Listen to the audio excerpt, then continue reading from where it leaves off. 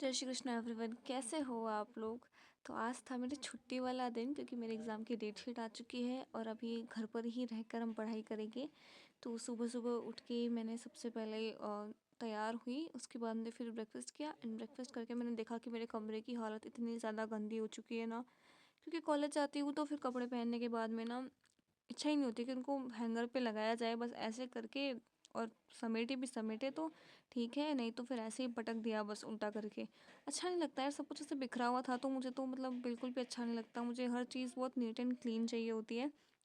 तो फिर मैंने सबसे पहले अपने हैंगर पे कपड़े लगाए एंड उसके बाद में मैंने सोचा कि उसके बाद ही मैं पढ़ने के लिए बैठूँगी।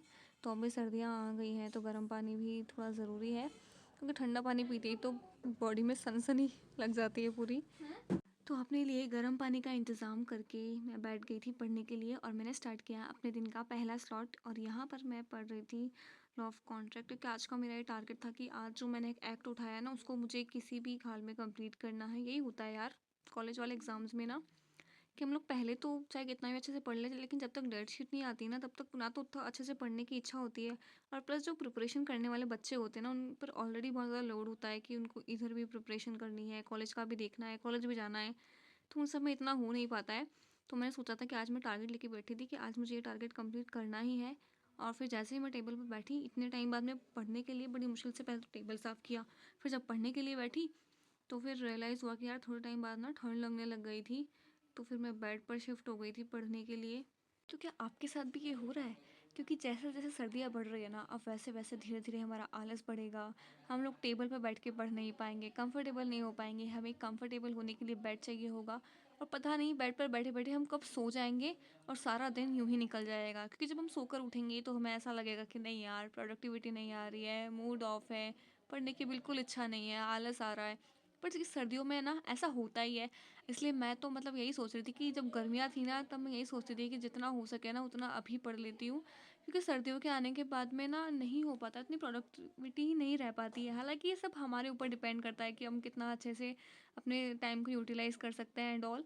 बट ये टाइम है भी आई थिंक गोल्डन टाइम, क्योंकि जो 3 महीने सर्दियों के होने वाले हैं ना, दिसंबर जनवरी एंड फरवरी, यही सबसे ज़्यादा गोल्डन पीरियड है। चाहे वो किसी भी एग्ज़ाम की तैयारी करने वाला बच्चा हो, कोई भी स्टूडेंट हो, जैसे नीट वाले, आईआईटी वाले, जेई वाले, यूपीएससी वाले, कॉलेज एग्ज़ाम्स वाले, 12th 10th बोर्ड्स वाले, इन सब के लिए गोल्डन टाइम होता है। अगर ये इस पर अगर अच्छे से काम कर ले, अपनी मेहनत को थोड़ा सा स्ट्रॉन्ग कर ले, अपने आलस को थोड़ा सा दूर भगा ले, तो इनका जो आउटपुट निकल के आता है ना वो बिल्कुल तुम्हारे अकॉर्डिंग होता है, काफ़ी अच्छा होता है। और अभी जैसा कि मैंने सब जगह देखा यूट्यूब पे, सब लोग ना अब अपनी प्रिपरेशन को शिफ्ट कर रहे हैं धीरे धीरे। और मैंने भी सोचा था ऐसा करने का, बट बीच में ही मेरे कॉलेज के एग्ज़ाम्स आ गए। बट इस बार मुझे खुशी है कि ज़्यादा लंबे दिन तक नहीं चलेंगे, मतलब लॉन्ग टाइम के लिए नहीं होंगे। जल्दी जल्दी से मैं फ्री हो जाऊंगी इन सब से और फिर मुझे अपने जो टेस्ट सीरीज़ हैं उनको भी स्टार्ट करना है प्रॉपर वे में। क्योंकि मैं एक दो टेस्ट हालांकि बीच में लगाती रहती हूँ, बट उससे ना मुझे इतना मतलब इफ़ेक्टिव लगता नहीं है। क्योंकि एक तो आप काफ़ी टाइम से अगर आप रिवाइज़ कर रहे हो, उसके बाद में आपको अचानक से मन होता है कि यार चलो कुछ ना, रिवीजन नहीं करने की इच्छा हो रही है, कुछ पढ़ने की इच्छा नहीं हो रही, तो चलो टेस्ट लगा लो। मतलब मेरा तो वैसा ही है कि कुछ नहीं करना है तो चलो टेस्ट लगा लो, इससे थोड़ा बहुत हमारा जो समय है ना उसका हम सदुपयोग कर सकेंगे। बट मुझे लगता है कि एक प्रॉपर वे में टेस्ट लगाना और प्लस बस यूं ही टेस्ट लगाने में बहुत फ़र्क होता है। जब आप प्रॉपर वे में टेस्ट लगाने बैठते हो ना, तो उसमें ये होता है कि एक तो आपके माइंड पर प्रेशर होता है, प्लस आपको जो एग्ज़ाम वाली फीलिंग आती है ना कि हाँ उससे पहले भी आपको सारा सिलेबस कंप्लीट करना है, अच्छे से पढ़ना है।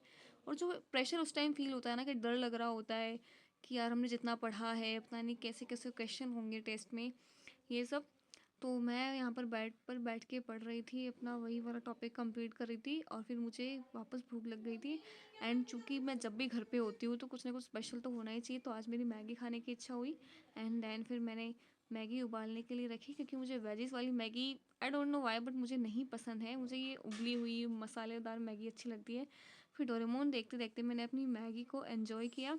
और मैगी खाने के बाद में मैं क्लास लेने बैठी थी कि क्लास लेते लेते मुझे इतनी ज़्यादा नींद आने लग गई थी ना। तो मैंने सोचा कि यार चलो अब सुबह से पढ़ ही रहे हैं तो थोड़ा सा नैप लेने में क्या ही जा रहा है। तो फिर उसके बाद में मैं थोड़ी देर के लिए सो गई थी।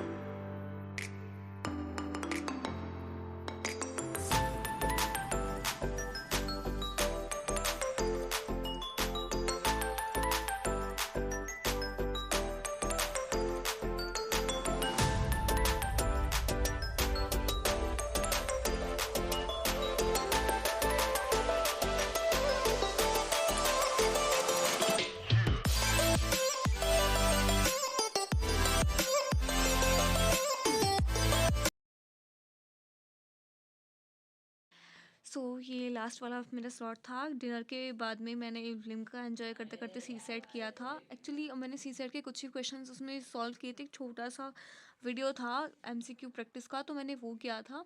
और आज ने ना मैंने एक वीडियो देखा था सी सेट वाला, और उसमें सब बता रहे थे कि जो सी सेट है ना उसको भी टाइम देना बहुत ज़्यादा ज़रूरी है। तो मैंने ना आज एक चार्ट बनाया, क्योंकि मेरे साथ पे ऐसा था कि मैंने मतलब स्टार्ट तो किया था सी सेट, बट कभी कभी ना मैं भूल जाती हूँ कि मुझे सी सेट भी पढ़ना होता है, क्योंकि इतना दिन भर में इतना कुछ पढ़ना होता है कि याद ही नहीं रहता कि हमें सी सेट भी पढ़ना है। जबकि सबसे ज़्यादा ज़रूरी तो वही है, क्योंकि अगर आपका सी सेट नहीं हुआ तो आप चाहे कितना भी अच्छा कर लीजिए इन सब चीज़ों का, वो इशू नहीं है। क्योंकि ये एक ऐसा सब्जेक्ट है ना, इसमें आप बहाना भी नहीं ले सकते कि आपकी कट ऑफ कम गई थी या ज़्यादा गई थी। सबके लिए बिल्कुल सेम पैटर्न आएगा और सबके लिए उतना ही टफ है।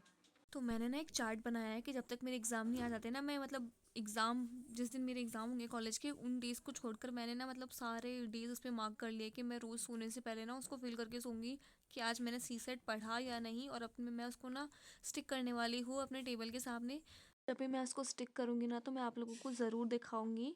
और लास्ट में हम लोग ना ये भी कैलकुलेट करेंगे कि मैंने कितने दिन सी सेट किया और कितने दिन मैंने उल्टी मारी है, ऑनेस्टली कहूँ तो बेसिकली ये एक सीसेंट चैलेंज हो सकता है जो इंटरेस्टिंग भी होगा और प्लस इस काफ़ी हेल्पफुल भी होगा। तो ये लास्ट वाला स्लॉट था और मुझे बहुत ज़्यादा नींद आ रही थी, क्योंकि दोपहर में भी मैं ज़्यादा सो नहीं पाई थी। सो या that's it for today and thanks for watching the video.